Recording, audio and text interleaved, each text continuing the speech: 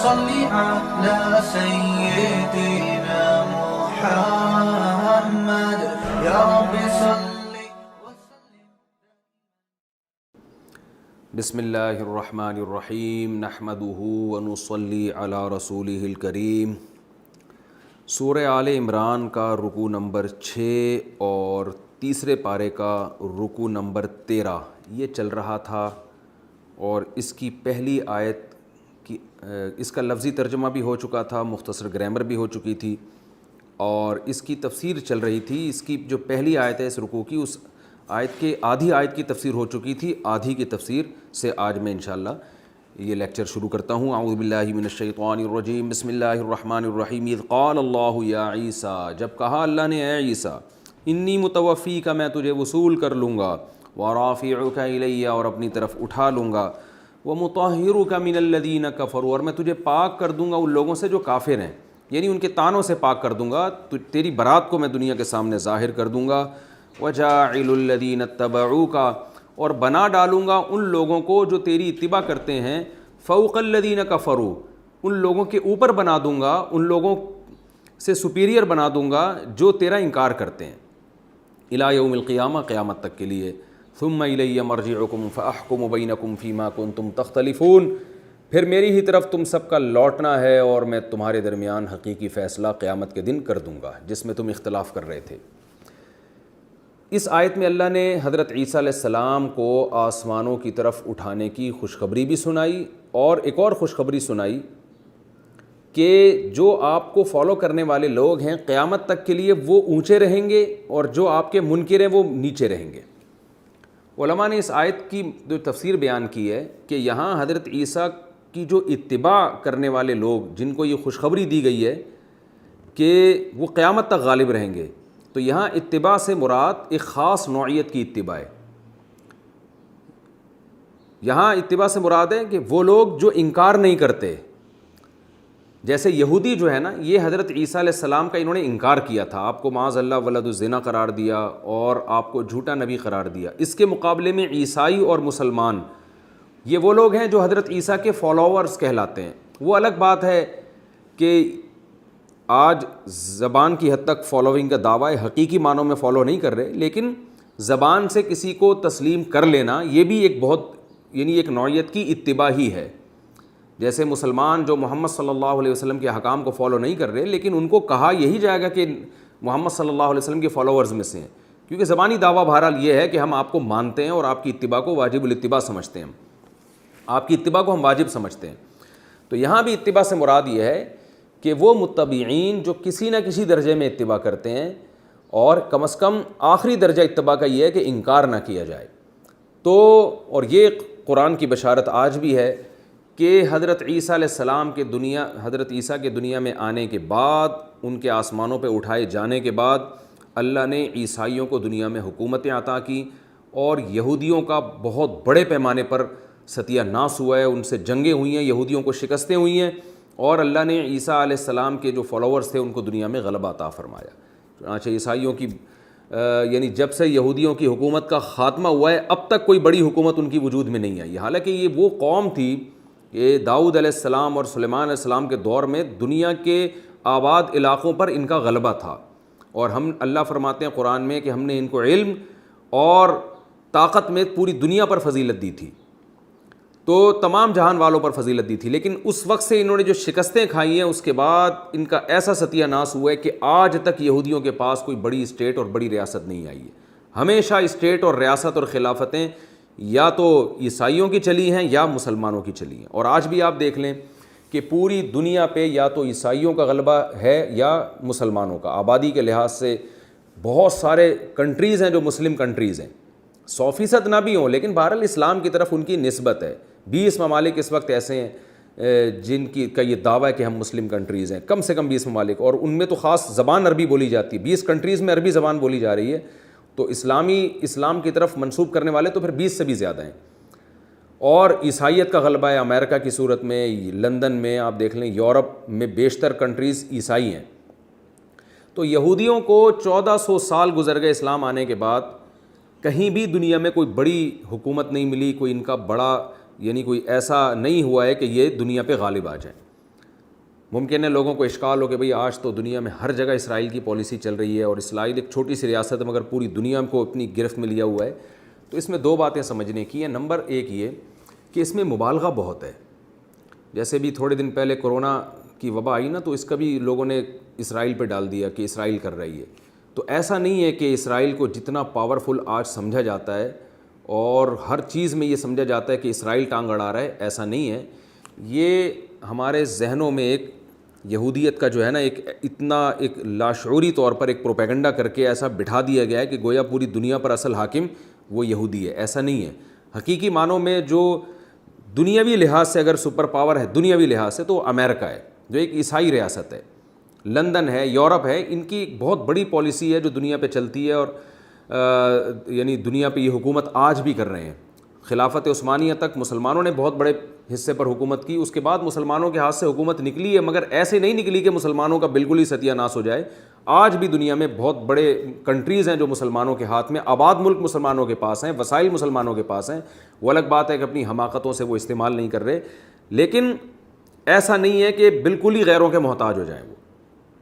لیکن آج بھی یہودی وہ ایک منورٹی میں ہے. ایک بہت چھوٹی سی ریاست اسرائیل کے لیے وہ کب سے کوشش کر رہا ہے، اور اس کے لیے اس نے کیا کچھ نہیں کیا، لیکن اب تک پورے طور پر وہ فلسطین پہ اور بیت المقدس پہ مکمل قبضہ بھی نہیں کر سکا ہے وہ. تو پہلی بات تو یہ ہے کہ یہ جو لوگ کہتے ہیں نا کہ اسرائیل پوری دنیا کو چلا رہا ہے، یہ غلط ہے. یہ پروپیگنڈا ہے، قرآن کے بھی خلاف ہے اور مشاہدے کے بھی خلاف ہے. ایسا نہیں ہے. دوسری بات یہ کہ قرآن مجید میں ایک دوسرے مقام پہ اللہ تعالیٰ کا ارشاد ہے کہ یہودیوں پر ہمیشہ ذلت مسلط رہے گی الا بحبل من اللہ وحبل من الناس. ہاں کہیں اللہ کی رسی یا لوگوں کی رسی تھام لیں تو وہ اس ذلت سے نکل سکتے ہیں. اللہ کی رسی سے کیا مراد ہے؟ اگر وہ اسلام قبول کر لیں، حق پر آ جائیں تو اس ذلت سے نکلیں گے. وحبل من الناس کا مطلب یہ ہے کہ وہ کسی اور سے اگر سپورٹ لیتے ہیں، لوگوں کی رسی تھام لیں. جیسے کوئی ڈوب رہا ہو نا اور کوئی بچانے والا نہ ہو، تو کوئی بندہ مدد کے لیے اس کو رسی پکڑائے تو رسی کے سہارے سے وہ سمندر میں ڈوبنے سے بچا ہوا ہو. تو یہ وقتی سہارا ان کو مل سکتا ہے. یہ خود قرآن ہی اللہ نے کہا ہے. تو وہ وقتی سہارا ہے امریکہ کا اور یو کے کا. تو آج امریکہ اور لندن اگر اسرائیل سے ہاتھ کھینچ لیں تو اسرائیل کی جو چھوٹی سی رہی سہی ریاست ہے اور جو اس کے خواب ہیں وہ 2 منٹ کے اندر چکنا چور ہو جائیں. یہی وجہ ہے کہ اسرائیل حبل من اللہ پر تو نہیں آیا، اللہ کی رسی کو تو نہیں تھام رہا، لیکن حبل من الناس امریکہ اور یو کے لندن کی رسی کو اس نے تھاما ہوا ہے. اور لندن ہی سے اس کا معاہدہ ہوا تھا، یو کے سے ہی اس کا معاہدہ ہوا تھا خلافت عثمانیہ کے خاتمے کے وقت کہ مجھے اسرائیل بنانے کی اجازت دی جائے، فلسطین میں ایک ریاست قائم کرنے کی اجازت دی جائے، اس میں مجھے سپورٹ کیا جائے گا. اور اسی بیس پر پھر خلافت عثمانیہ کا خاتمہ کیا گیا اور یہودیوں کو جو ہے پھر اس وقت سے انہوں نے سپورٹ کرنا شروع کیا. تو اگر یہ اپنی سپورٹ کھینچ لیتے ہیں تو یہودی ختم ہو جائیں. تو یہ جو تجارت میں یہودیوں کا قبضہ ہے، یہ قبضہ بھی تاجر کے لیے ضروری ہے کہ اس کے پاس افراد ہوں جو اس کی پروڈکٹ کو خریدنے والے ہوں. تو وہ پروڈکٹ بھی یہودی نہیں، یہودی تو بہت تھوڑے سے ہیں، پوری دنیا ان کی پروڈکٹ کو خرید رہی ہے. تو اس میں بھی وہ لوگوں کے محتاج ہیں. تو آج اگر لوگ بائیکاٹ کر دیں تو وہ تجارت سے بھی جائیں وہ. تو یہ جو فرض کر لیا گیا ہے نا کہ اسرائیل کی ایک اتنی بڑی طاقت اور سب کچھ، ایسا نہیں ہے. آج بھی دنیا میں جو حقیقی معنوں میں طاقت اور قوت اللہ نے عطا فرمائی ہے وہ یا تو عیسائیوں کے پاس ہے یا مسلمانوں کے پاس ہے. یہودیوں کے پاس اگر ہے تو وہ عیسائیوں کی سپورٹ کی وجہ سے ہے. اگر عیسائی سپورٹ کرنا چھوڑ دیں تو وہ جائیں. ہاں الگ بات ہے کہ عیسائی ان کو سپورٹ کر رہے ہیں اپنے مفاد میں. تو قرآن سے ہمیں پتہ چلتا ہے، احادیث سے پتہ چلتا ہے کہ قرب قیامت میں جب حضرت عیسیٰ علیہ الصلاۃ والسلام نازل ہوں گے تو جتنے عیسائی ہیں وہ ان پر حقیقی معنوں میں ایمان لائیں گے اور یہودیوں کو سپورٹ کرنا چھوڑ دیں گے وہ، کیونکہ دنیا کے سامنے یہ بات ظاہر ہو جائے گی کہ یہ فتنہ پرست لوگ ہیں اور پھر سب مل کے یہودیوں کے خلاف جنگ کریں گے اور یہودیوں کا قلع قما ہو جائے گا، الا یہ کہ کوئی ان میں اسلام قبول کر لے. تو رسول اللہ صلی اللہ علیہ وسلم نے فرمایا، صحیح حدیث ہے، تقاتلون الیہود حتی یختبی احدکم من وراء الحجر فیقول یا مسلم ھذا یہودی ورائی فاقتلہ. آپ صلی اللہ علیہ وسلم نے فرمایا ایک وقت آنے والا ہے کہ تم سب مل کر یہودیوں کے خلاف جنگ کرو گے اور پھر پوری دنیا ان سے ہاتھ کھینچ لے گی اہل یہود سے، اور یہاں تک کہ بے جان چیزیں بھی ان کا ساتھ دینا چھوڑ دیں گی. یہاں تک کہ آپ صلی اللہ علیہ وسلم نے فرمایا یہودی اگر کسی درخت پتھر کے پیچھے چھپے گا تو پتھر کو اللہ زبان دیں گے اور وہ کہے گا کہ میرے پیچھے یہودی چھپا ہوا ہے، اس کو قتل کر دو۔ تو اتنی بڑی جنگ جس کو ملحمہ عظمیٰ کہا جاتا ہے وہ جنگ ہونے والی ہے، اور اس میں یہ جو تھوڑی بہت بھی ان کے پاس پاور ہے، یہ شرارتیں دنیا میں کر رہے ہیں نا۔ ہٹلر نے جب کچھ یہودی زندہ چھوڑے تھے تو اس نے یہ کہا تھا کہ میں یہ اس لیے زندہ چھوڑ رہا ہوں تاکہ دنیا کو پتہ چلے کہ میں نے اتنی بڑی تعداد میں یہودیوں کو قتل کیوں کیا ہے، کیونکہ یہ تھوڑے سے لوگ اب پھر شرارتیں شروع کر دیں گے۔ تو شرارتیں ان کی بہت ہیں، اس میں دو رائے نہیں ہو سکتی، انہی شرارتوں کی بیس پہ لوگ ان کو پاورفل کہتے ہیں، لیکن قرآن کہہ رہا ہے پاور نہیں ہے، شرارتوں کی بیس پر۔ جیسے محلے میں ایک خاتون کے پاس پاور بالکل بھی نہیں ہوتی، مگر وہ پورے محلے کو، پورے خاندان کو لڑوا دیتی ہے آپس میں، اور آپس میں جو ہے نا ان کی خون خرابہ کروا دیتی ہے، تو وہ شرارتوں کی بیس پر فساد مچاتی ہے دنیا میں۔ تو یہودی بھی پاور کے بجائے شرارتوں کی بیس پر دنیا میں فساد مچا رہے ہیں، اور یہ قرآن نے کہا ہے وَيَسْعَوْنَ فِي الْأَرْضِ فَسَادًا، ان کی فطرت ہے کہ یہ ہمیشہ فساد مچاتے رہیں گے۔ تو جو جو پیش گوئیاں قرآن نے یہود کے بارے میں کی ہیں وہ تمام پیش گوئیاں پوری ہو رہی ہیں۔ ایک پیش گوئی اللہ نے یہ کی تھی کہ یہ ہمیشہ جنگ جو ہے وہ بھڑکاتے رہیں گے دنیا میں، ہمیشہ فساد مچاتے رہیں گے دنیا میں، اور ضربت علیہم الذلۃ والمسکنہ، ان پر ذلت ہمیشہ کے لیے مار دی گئی ہے۔ دنیا میں یہودی کا نام اچھے لفظوں میں نہیں لیا جائے گا۔ عجیب بات ہے کہ آج بھی یہودی ملٹی نیشنل کمپنیوں میں بہت اونچے عہدے پر ہوتے ہیں، پوری پوری کمپنیوں کے مالک ہوتے ہیں، مگر اپنی شناخت چھپا رہے ہوتے ہیں، شاید اسی وجہ سے کہ شناخت اگر ظاہر ہو جائے تو لوگ اس کو ملامت کرنا شروع کر دیں۔ تو ایران میں بہت سارے یہودی ہیں، وہاں اپنی شناخت چھپا کے رہتے ہیں، وہ اپنے آپ کو کلیمی کہتے ہیں۔ تو اللہ نے فرمایا کہ ہم نے ان پر ذلت کو مسلط کر دیا ہے، اور الا بحبل من اللہ وحبل من الناس، ہاں لوگوں کے رسیاں لے لے کے یہ کچھ سہارا ان کو ملتا رہے گا۔ تو یہ قرآن کی آیت کا مطلب ہے کہ اللہ نے حضرت عیسیٰ علیہ السلام سے فرمایا کہ میں آپ کو اٹھا رہا ہوں اور میں خوشخبری سنا رہا ہوں کہ جو بھی آپ کو کسی بھی درجے میں فالو کرے گا، آپ کو مانے گا، قیامت تک اب میجورٹی میں وہی رہے گا۔ اور یہودیوں کا جو ایک تھا جو آپ کا، جنہوں نے انکار کیا اور آپ کو سولی پر لٹکانے کی کوشش کی، اس کی یہ سزا ہے کہ یہ ہمیشہ دنیا میں منورٹی میں رہیں گے، مغلوب رہیں گے۔ تو یہ ایک حقیقت۔ دوسری بات یہ کہ بعض علماء یہ بھی کہتے ہیں کہ جب سے حضرت عیسیٰ علیہ السلام کو اللہ نے آسمانوں پہ اٹھایا اس وقت سے یہودی تنزل میں جانا شروع ہوئے، اور یا تو مسلمانوں کے زیر سائے رہیں۔ خلافت عثمانیہ میں بھی یہودیوں کو بہت زیادہ پناہ دی گئی تھی۔ جب ہٹلر نے یہودیوں کو مارا تھا تو ترکوں نے یہودیوں کو پناہ دی تھی، یہ بھی ایک تاریخی حقیقت ہے۔ ترکوں نے ان کو پناہ دی تھی، یہودیوں کو جو بچایا، اور کبھی عیسائی ان کو پناہ دیتے ہیں اور عیسائی ان کی سرپرستی کرتے ہیں۔ تو یہ تو ایک حقیقت ہے، تاریخی حقیقت، جس کو یہودی بھی مانتے ہیں۔ رہا یہ مسئلہ کہ اب جو اسرائیل میں ان کی حکومت بن رہی ہے، تو بہت سے علماء کی رائے یہ بھی ہے کہ یہ جو عزت انہیں ملی ہے اسرائیل کے نام پہ، تو یہ بھی ممکن ہے کہ یہ بہت بڑی اور آخری ذلت کا پیش خیمہ ہو، یہ اس کی ایک تمہید ہو۔ بعض دفعہ کسی کو رسوا کیا جاتا ہے، اور رسوا کرنے کے لیے کچھ عزت دینی پڑتی ہے۔ تو 1400 سال سے ان سے جنگیں ہوئیں، یہ ہمیشہ ماتحت رہے، ہمیشہ ریاستوں کے تحت رہے ہیں، یہ ان کی اپنی کوئی حکومت نہیں بن سکی۔ تو عین ممکن ہے کہ اب اللہ تعالیٰ ان کو آخری موقع دے رہا ہو کہ اب جو ذلت ہوگی اس کے بعد دوبارہ اٹھنے کا نام نہیں لیں گے۔ تو وہ عزت جو کسی ذلت کا پیش خیمہ ہو، ایک کسی ذلت کی تمہید ہو، وہ عزت حقیقت میں ذلت ہی ہوتی ہے۔ جیسے آپ کسی کو نہلا دھلا کے اور اچھے کپڑے پہنا کے آپ کا ارادہ ہو کہ پھر میں چترول لگاؤں گا تو مزہ آئے گا، تو یہ نہلانا دھلانا اور اچھے کپڑے پہنانا یہ رسپیکٹ دینے کے لیے نہیں ہوتا، بلکہ جو رہی صحیح عزت رہی ہے اسے بھی چھیننے کے لیے ہوتا ہے۔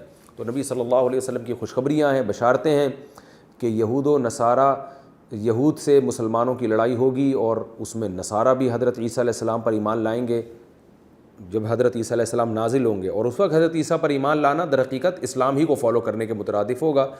تو یہ مل کر یہودیوں سے لڑائی ہونے والی ہے، جو اس کو ملحمہ عظمیٰ کہا جاتا ہے، بہت بڑی لڑائی ہوگی، اور اس میں اللہ تعالیٰ ان یہودیوں کے شر سے ہمیشہ کے لیے اہل ایمان کو بچا لیں گے۔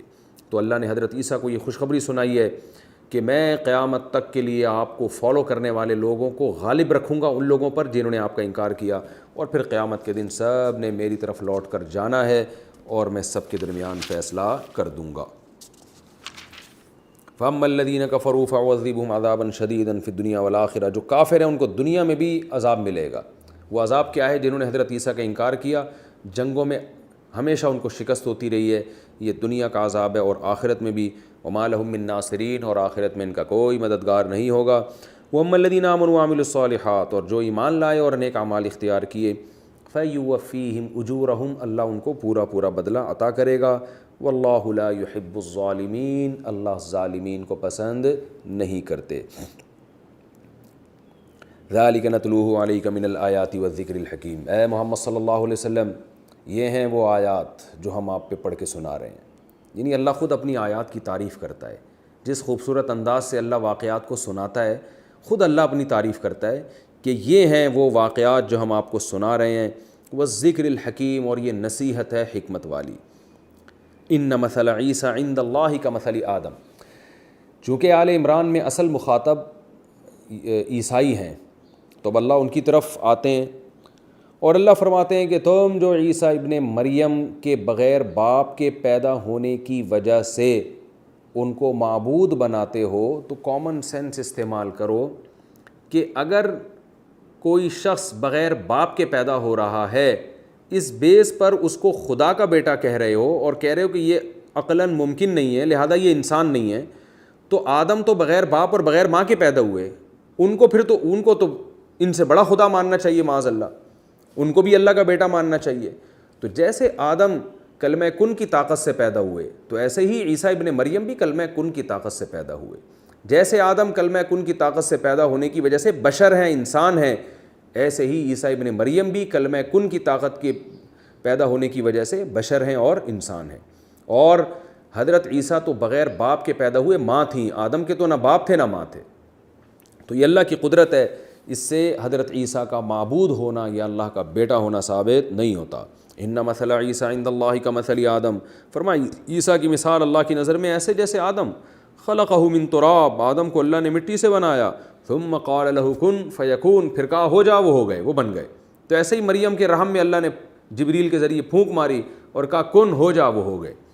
الحق من ربک، اتنی مضبوط دلیل دینے کے بعد اللہ فرماتے ہیں اے نبی حق تیرے رب کی طرف سے، جو تیرا رب بیان کر رہا ہے نا وہ حق ہے. فلا تکن من الممترین، آپ شک کرنے والوں میں سے نہ ہو جائیں. نبی صلی اللہ علیہ وسلم ظاہر ہے شک نہیں کر سکتے تھے، تو نبی کے واسطے سے قیامت تک آنے والے انسانوں کو بتایا جا رہا ہے کہ ان معاملات میں کسی کو بھی تردد اور شک کی اجازت نہیں ہے. اب قرآن کہتا ہے کہ اتنی زبردست دلیل سننے کے بعد بھی اگر یہ لوگ بات نہیں سمجھتے اور حجت بازی کرتے ہیں تو آپ ان سے مباہلہ کریں. اہل نجران کے جو وفد آئے ہوئے تھے تو آپ صلی اللہ علیہ وسلم نے ان سے 3 مطالبے رکھے تھے شروع میں کہ یا تو اسلام قبول کر لو یا جزیہ دو، اور یہ بھی نہیں کرتے تو ہم سے لڑو. تو انہوں نے اسلام کو سیکھنے کے لیے، مناظرہ کرنے کے لیے آئے تو ان سے یہ سارے مکالمے چل رہے تھے. تو اللہ نے فرمایا فمن حاجک فیہ، اس کے بعد بھی اگر یہ حجت بازی کرتے ہیں، من بعد ما جاءک من العلم، اس کے بعد کہ آپ کے پاس علم آ چکا ہے، فقل، تو آپ مباہلہ کریں اور ان سے کہیں ندعو ابناءنا و ابناءکم، ہم بھی اپنے بیٹوں کو بلائیں گے اور تم بھی اپنے بیٹوں کو بلاؤ. ونساءنا ونساءکم، ہم بھی اپنی عورتوں کو بلائیں گے اور تم بھی اپنی عورتوں کو بلاؤ.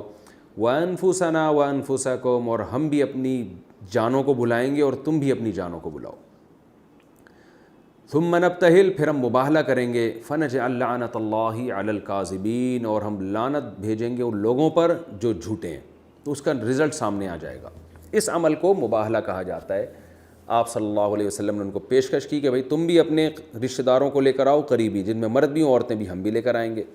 تو کیا ہوگا کہ جو دین برحق ہوگا، جو سچے لوگ ہوں گے وہ بچ جائیں گے، جو غلط ہوں گے ان پر اللہ عذاب اسی وقت نازل کر دے گا اور فیصلہ ہو جائے گا. تو جب یہ اہل نجران کو یہ ان وفود نے بتایا تو یہ لوگ ڈر گئے اور یہ مباہلے سے انہوں نے انکار کر دیا، کیونکہ ان کے وفود نے جا کے بتایا کہ اگر یہ واقعی سچے نبی ہیں تو پھر ہماری خیر نہیں ہے، تو عافیت اسی میں ہے کہ آرام سے یہیں بیٹھ جاؤ. نبی صلی اللہ علیہ وسلم نے فرمایا اگر یہ مباہلے میں آ جاتے تو آسمان سے آگ آتی، ان کو کھا جاتی، ان کو ہلاک کر دیتی. تو صحیح مسلم میں یہ واقعہ ہے کہ آپ صلی اللہ علیہ وسلم نے ایسے موقع پہ حضرت علی رضی اللہ تعالیٰ عنہ کو حکم دیا. جب مباہلے کے لیے اللہ نے کہا نا کہ جاؤ، تو آپ صلی اللہ علیہ وسلم تیار ہو گئے. تو آپ نے اپنے دونوں نواسوں کو، حضرت حسن حسین کو لیا، حضرت علی رضی اللہ تعالیٰ عنہ کو لیا، حضرت عباس کو، اور اپنے جو حضرت فاطمہ رضی اللہ تعالیٰ عنہ کو. تو یہ چونکہ بہت قریب ترین آپ کے رشتے تھے. ابناء میں نواسے بھی یہاں داخل ہیں. یہاں ابنا سے مراد صلبی اولاد نہیں ہے، بلکہ جو آپ کی اولادیں ہیں. بیٹوں کو، یعنی بیٹیاں بھی اولاد میں کو بھی ابن کہہ دیا جاتا ہے. کہتے ہیں نا ہمارے بچے، تو اس میں بچیاں خود بخود داخل ہوتی ہیں. لوگ کہتے ہیں نا کہ ہم اپنے بچوں کے ساتھ آئیں گے، تو یہ مطلب نہیں کہ صرف میل بچوں کے ساتھ فیمیل نہیں، تو بیٹیاں بھی داخل ہیں. تو قرآن نے جب کہا ندعو ابناءنا، اے نبی آپ ان سے کہہ دیجئے کہ ہم اپنے بیٹوں کے ساتھ آئیں گے، تو یہاں حقیقی بیٹے نہیں بلکہ وہ جن کو عرف میں اولاد کہا جاتا ہے، اس میں داماد بھی داخل ہوتا ہے. یہی وجہ ہے کہ رسول اللہ صلی اللہ علیہ وسلم حضرت علی کو بھی لے کر گئے. اور نساءنا و نساءکم، اور اپنی عورتوں کو، عورتوں میں بھی بیوی اور بیٹیاں بھی داخل ہوتی ہیں، اپنے خاندان کے لوگوں کو آپ لے کر آئیں. تو یہ آپ کے جو سب سے قریب ترین رشتے تھے، آپ صلی اللہ علیہ وسلم ان کو لے کر گئے. یہاں شیعہ حضرات نے بہت زیادہ غلو کیا ہے کہ یہی تھے اہل بیت، باقی کوئی بھی نہیں تھا. تو اس میں اس کا کہیں بھی انکار نہیں ہے کہ باقی لوگ اہل بیت نہیں تھے. قرآن مجید میں سب سے پہلے جو اہل بیت ہے اس کا اطلاق بیویوں پہ ہوا ہے.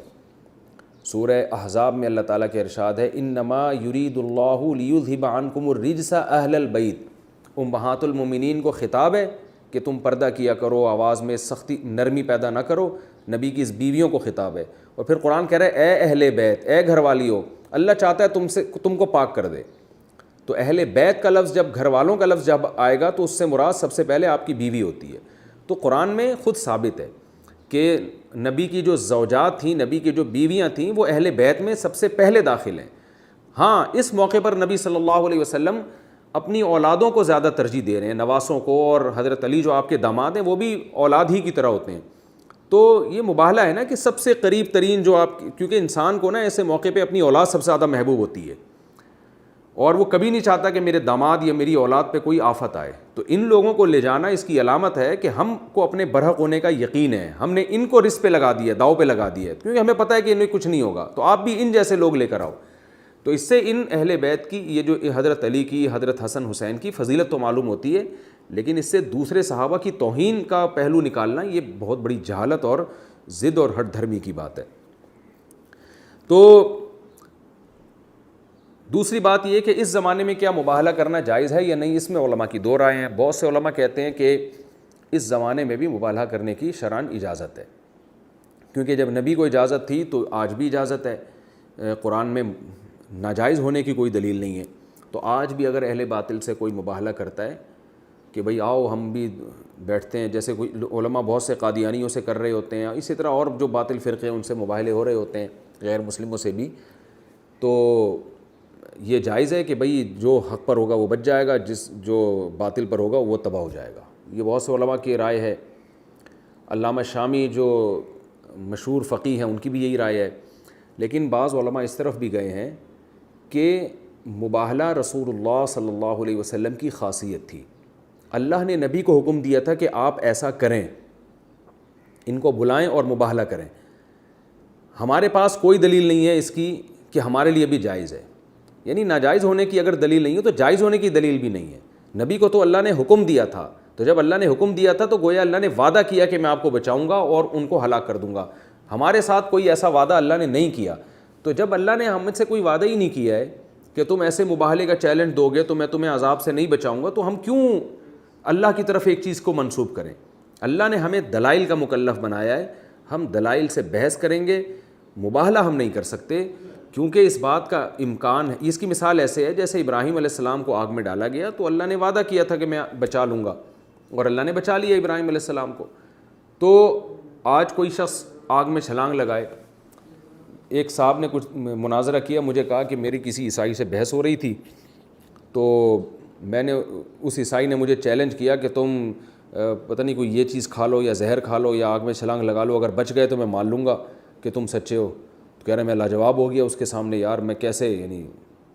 تو میں نے کہا بالکل صحیح کیا آپ نے، اچھا کیا آگ میں چھلانگ نہیں لگائی، کیونکہ اللہ نے آپ سے کوئی وعدہ نہیں کیا کہ تم چھلانگ لگاؤ گے تو میں تمہیں اس بیس پہ بچاؤں گا کہ تم مسلمان ہو.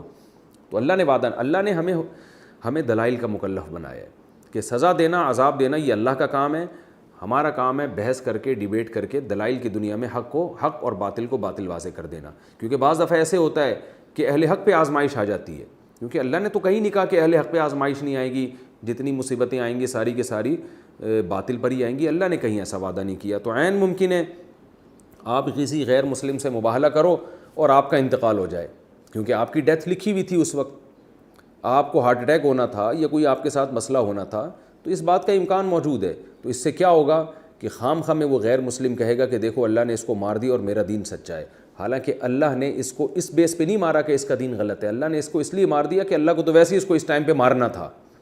تو کوئی حادثہ بھی ہو سکتا ہے, آپ نے مباہلہ کیا کسی غیر مسلم سے اور اس کے بعد آپ کے گھر میں آگ لگ گئی, ساری دنیا یہ سمجھے گی کہ آپ کا مذہب غلط ہے, حالانکہ وہ آگ اس لیے لگی کہ آپ سے کوئی بے احتیاطی ہوئی ہوگی, شارٹ سرکٹ ہو گیا ہوگا.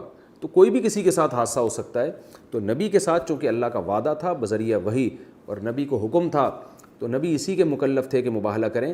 ہمارے پاس کوئی دلیل نہیں ہے کہ اللہ نے ہم سے وعدہ کیا ہے کہ تم جاؤ گے تو وہ مر جائے گا تم بچ جاؤ گے, ایسا اللہ نے کوئی وعدہ نہیں کیا. جب تک اللہ کی طرف سے ایسا صریح وعدہ نہ ہو ہم یہ کام نہیں کر سکتے. ہم دلائل کی دنیا میں بحث کریں گے. تو مجھے یہ موقف زیادہ مضبوط معلوم ہوتا ہے اور لوگوں کا ایمان بھی اس میں محفوظ ہے, کیونکہ مباہلہ کرنے کے بعد اتفاق سے کچھ آپ کے ساتھ ہو گیا, جو قدرتی حادثہ ہو گیا, تو پھر آپ ساری زندگی دلائل لیتے رہیں, کوئی نہیں مانے گا آپ کے دلائل. تو حالانکہ وہ واقعہ اتفاقی ہوا ہوگا.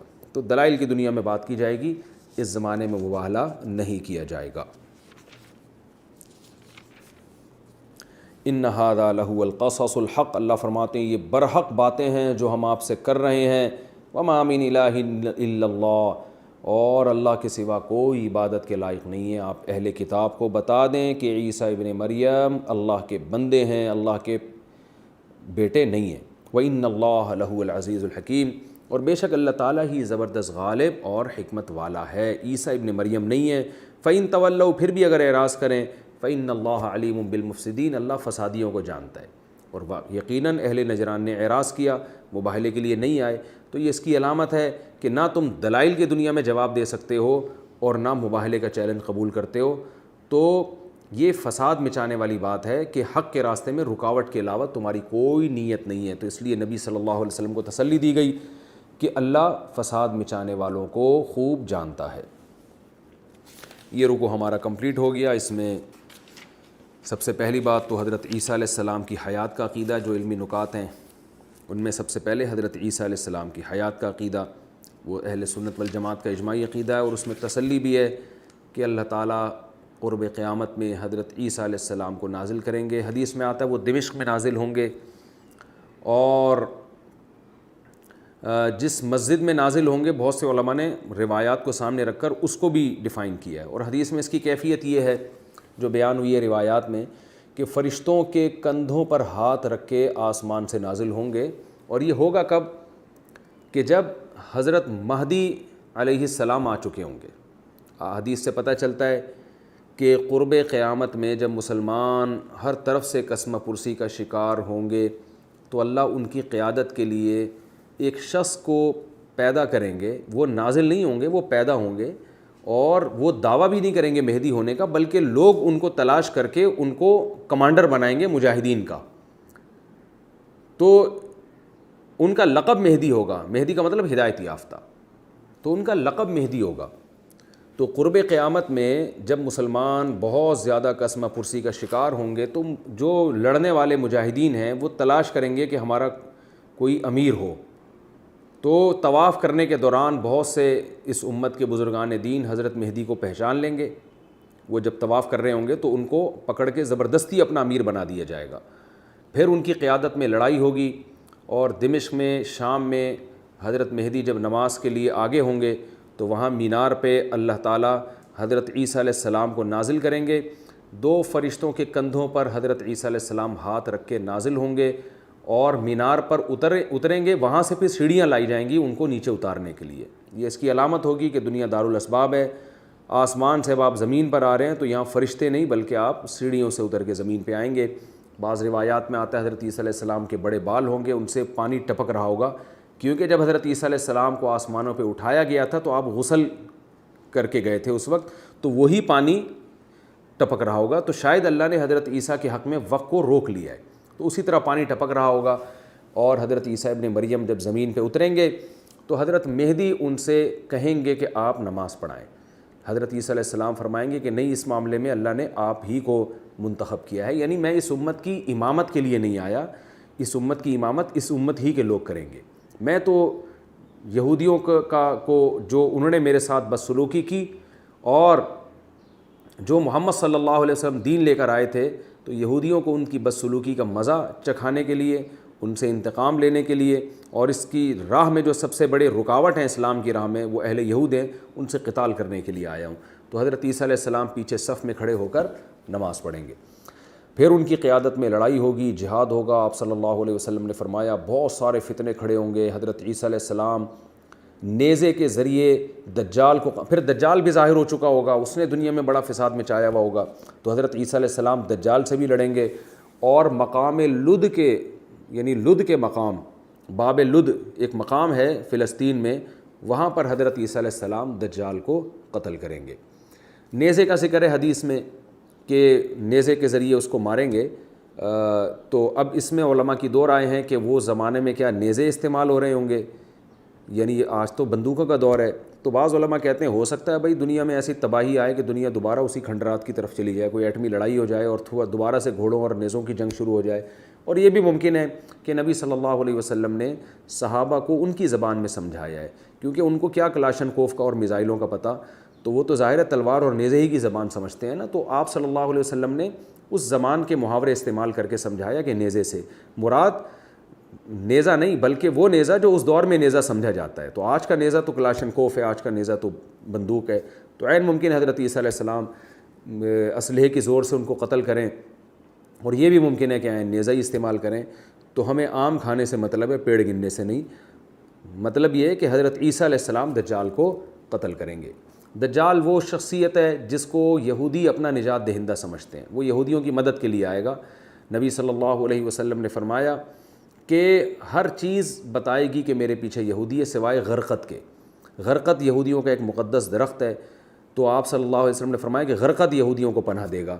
تو عجیب بات ہے کہ اسرائیل میں آج یہودی بہت زیادہ غرقت کے درخت لگاتے ہیں، اور یہ ساری باتیں یہودی بھی جانتے ہیں، لیکن یہودیوں کا کہنا یہ ہے کہ دجال ہماری مدد کے لیے آئے گا اور ہمیں دنیا پہ حکومت کروائے گا، اور غرقت جو ہے وہ ہماری مدد کرے گا۔ تو غرقت درخت اسرائیل میں بہت کثرت سے لگائے جا رہے ہیں، اور ہمارا اور عیسائیوں کا یہ عقیدہ ہے کہ حضرت عیسیٰ یہودیوں سے جہاد کریں گے۔ تو آپ صلی اللہ علیہ وسلم نے فرمایا کہ پھر یاجوج اور ماجوج بھی نکلیں گے، جن کا سورہ کہف میں تذکرہ ہے کہ حضرت ذوالقرنین جو تھے، لوگوں نے ان سے شکایت کی تھی کہ یاجوج ماجوج ایک قوم ہے جس نے زمین میں فساد مچایا ہوا ہے، تو آپ نے تانبے کی جو پلیٹیں ان کو پگھلا کر سیسا ڈال کے ان کو پہاڑوں کے درمیان بند کر دیا۔ کہاں کیا؟ قرآن میں یہ بیان نہیں کیا ہے، شاید اس لیے بیان نہیں کیا کہ اگر قرآن لوکیشن بیان کرتا تو لوگ ان تک پہلے سے ہی پہنچ جاتے۔